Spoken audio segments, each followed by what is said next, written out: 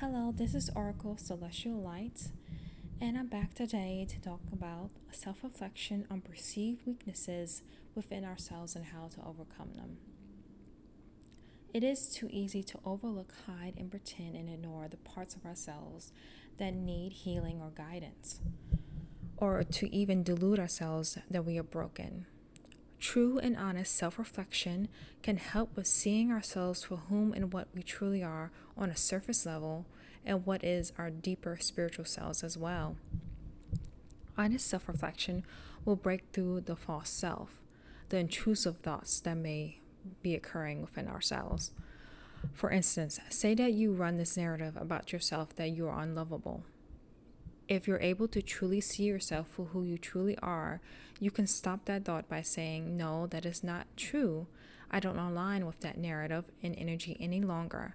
I know I am a person worthy of love, both giving and receiving.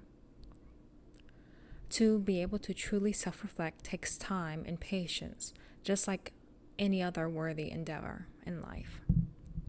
It's about evaluating yourself and clearly seeing your faults and strengths without judgment. We can do a short practice of it now. Think of a recent event where something happened in your life that you were not particularly pleased with. Maybe you reacted poorly to a situation, or maybe someone accused you of something. Take time to think about the events.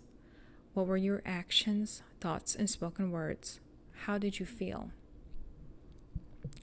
If there was a way you reacted or something you thought that you don't particularly like, you can evaluate that.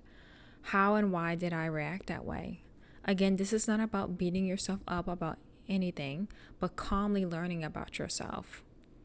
Do this practice, you can learn to see yourself and learn who you are as a person.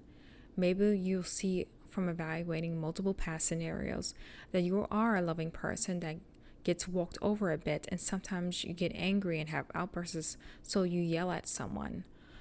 We can tell ourselves it's okay to love, but not okay to let others walk all over us.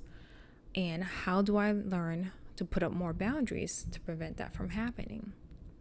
Or I get angry because I hold things in and don't express myself, then it all bottles up and then I yell because my fuse becomes short.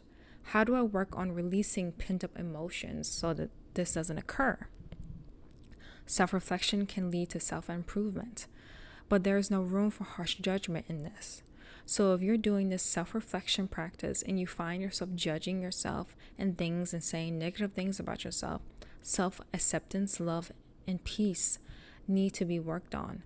Once seeing yourself for all your perceived faults and good qualities, you can work on the bits about yourself that you feel need improvement. This is not an overnight process, so don't feel dejected because you take a step forward and a few back. Gentle, loving kindness and the willpower to heal and learn will be greatly beneficial to you. I'll speak a little bit about my own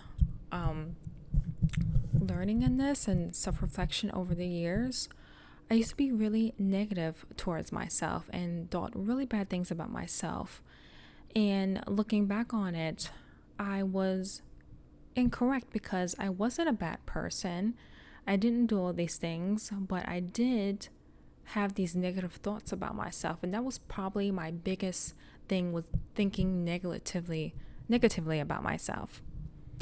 So I wanted to improve myself. But I thought improving myself meant to be harsh on myself, to think these bad things, because I thought thinking these bad things about myself would be the fuel to improve myself. And I have to say, no, it wasn't. It led to more bad thoughts and unhealed parts of myself. Being able to truly self-reflect and see who I was really helped heal myself, because this honest self-reflection was the key to me truly becoming more of the person that I wanted to be.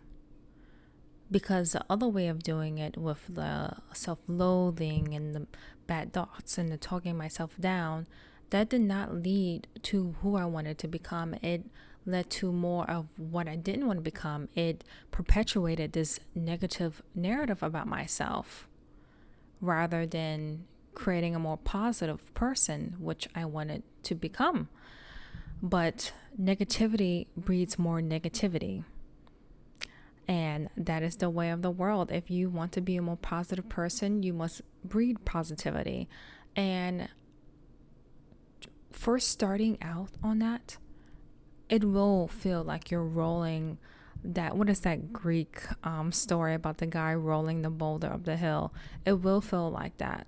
And at times the boulder will roll down on you and you'll have to start over again or halfway over again. But if you continue with it, you can overcome this challenge, because at the end of the day, you are not in a Greek story, and you have free will, unlike that poor man in that story. At every moment in life, we have the opportunity, the choice to be the people that we want to be. We can choose the path that we want to take.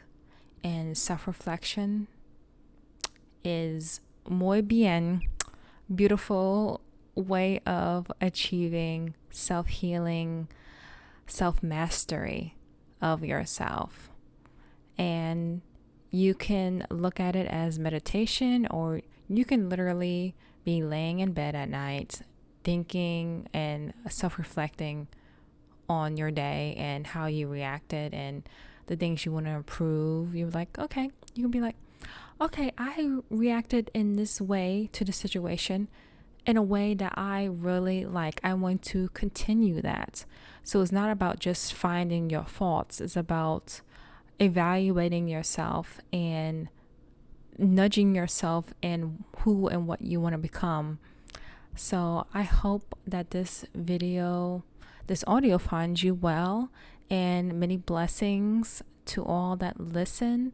I am here making these videos because I just want to help people and for our highest good, and spread positivity and light and make this world a better place in my own little way.